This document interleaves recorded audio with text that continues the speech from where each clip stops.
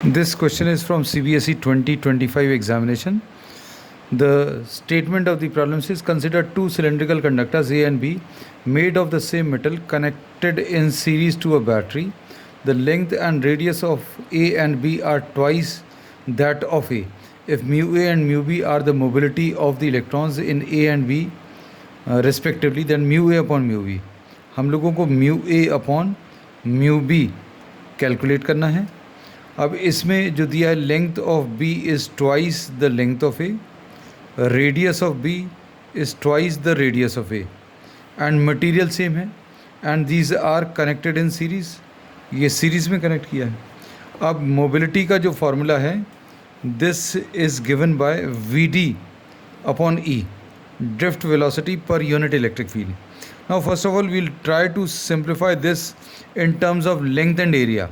Length और radius के terms में इसको कन्वर्ट करने की कोशिश करेंगे so that we are able to जज the ratio of the mobility. Mobility length और एरिया पर कैसे डिपेंड कर रही है वो देखने की कोशिश करेंगे. अब इसमें वी डी को अभी हम लोग क्या लिख सकते हैं, आई अपॉन एन ई ए. इसको देख कर लग रहा है कि मोबिलिटी जो है this is depending on area. अब इसके बाद ई को अभी हम लोग potential difference per unit length ऐसा लिख सकते हैं. अब इसको ऊपर ट्रांसफ़र करें तो I into L upon N into A into V. अब यहाँ पर आई इंटू एल लिखा हुआ है, अब एन ई लिखा हुआ है, ए लिखा हुआ है, वी की जगह अभी हम लोग फिर से आई आर लिख दे रहे हैं. आई और आई कैंसिल होगा.